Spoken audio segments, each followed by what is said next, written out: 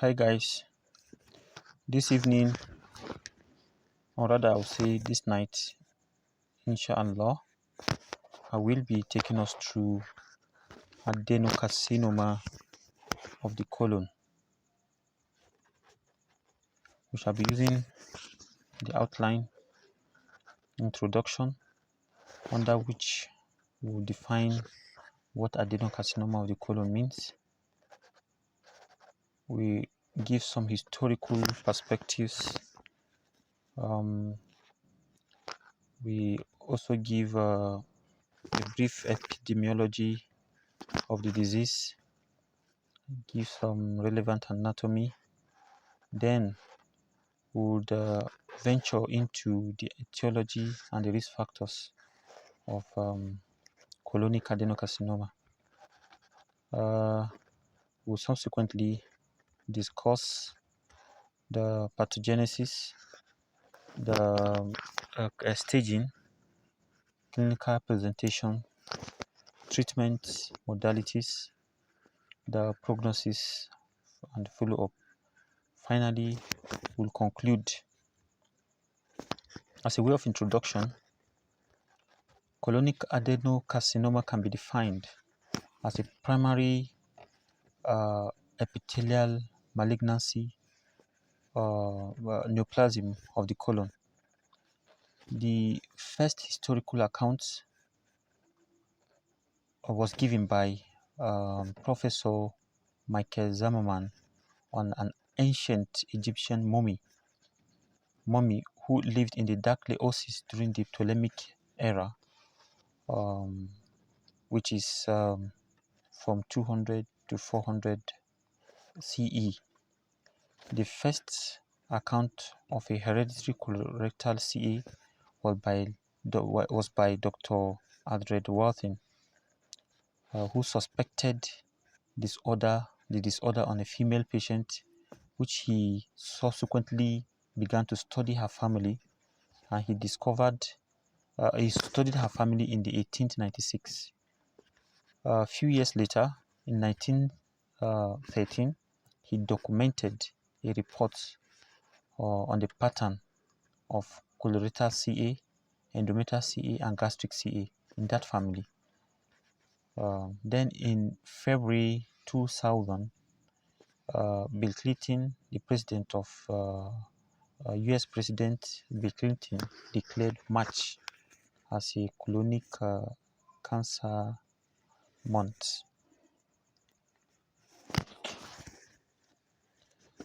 Colonic cancer is the third commonest malignancy after lung and stomach cancer in males. However, in females, it is also the third commonest. However, it comes after the breast and cervical CA. In males, it accounts for 10% of cancer, whereas in females it accounts for 9.4%, and it accounts for 8% of cancer deaths worldwide. The worldwide burden of colonic cancer is about 1.2 million annually. Rather, the annual incidence is 1.2 million, and half of this number die from the disease. It is more common in the West, and it's second most common after bronchogenic carcinoma. About 6% of Americans has lifetime risk of developing colonic cancer, and 40% of this number die from the disease. In our region, there is no African sub-region. There is no much study carried out in this disease. However, it is reported that 50 cases are seen annually in Dar es Salaam, Tanzania, and it has been noticed that the incidence increases in the African sub-region.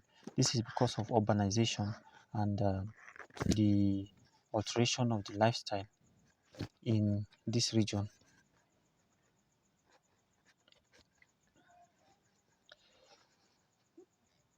The colon constitutes the large intestine.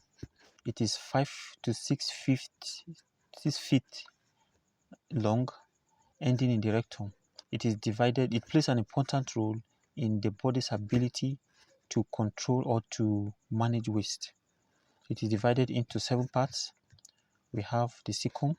It starts from the cecum, and the ascending column, the hepatic flexure, transverse column, the splenic flexure, the descending column, and then descending column, and then the sigmoid column. The disease is more common in the left side, that is the descending, the splenic flexure, descending column, and the sigmoid. The sigmoid component carries the highest risk of developing the disease. The colon is related to the following structures. In the left, or let's start from the right. In the right, it is related to the right gonadal vessels, the right ureter, and then the duodenum. Okay, in the right again, it is related to the right ureter, right gonadal vessels, and the duodenum. Whereas in the left, it is related to the left gonadal vessels, the tail of the pancreas, and the right ureter. So these structures must be identified. It must be identified and protected during surgery, colonic surgeries, especially right and left hemicolectomies, in order to avoid inadvertent injuries to these structures. Okay, vascular supply to the colon comes from the distal end of the superior mesenteric artery via the ileocolic artery and the middle colic artery, which all arise from superior mesenteric artery. The inferior mesenteric artery supplies the distal 1/3 of the transverse column down to the descending column. The venous drainage also follows the same pattern, but drains into the portal vein. The lymphatic drainage also follows the vascular drainage, and it's important in colonic resection, in which lymphovascular control must be achieved. A high ligation is done in order to control both the blood vessels and the lymphatics. Nerve supply is via the splanchnic nerves from the sympathetic plexus around the vessels. Hence, the region supplied by the superior mesenteric artery, which includes the cecum, ascending column, and 2/3 of the transverse column. When there is obstruction in these areas, pain will be more in the visceral pain will be around the periumbilical region, whereas for the descending colon, the distal aspect of the colon, the pain is usually around the suprapubic area. This correlates with the visceral supply of those regions.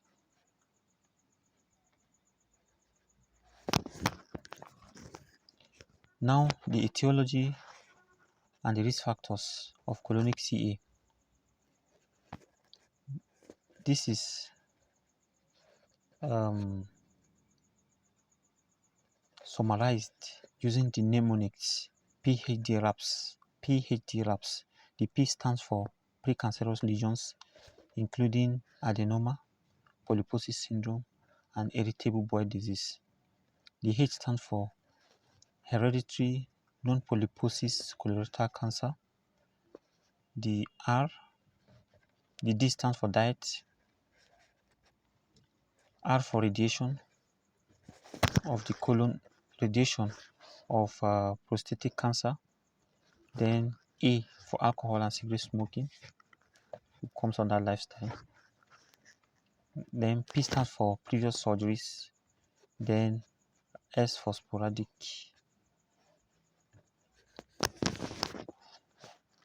It is worthy of note that despite all these risk factors, the sporadic still carry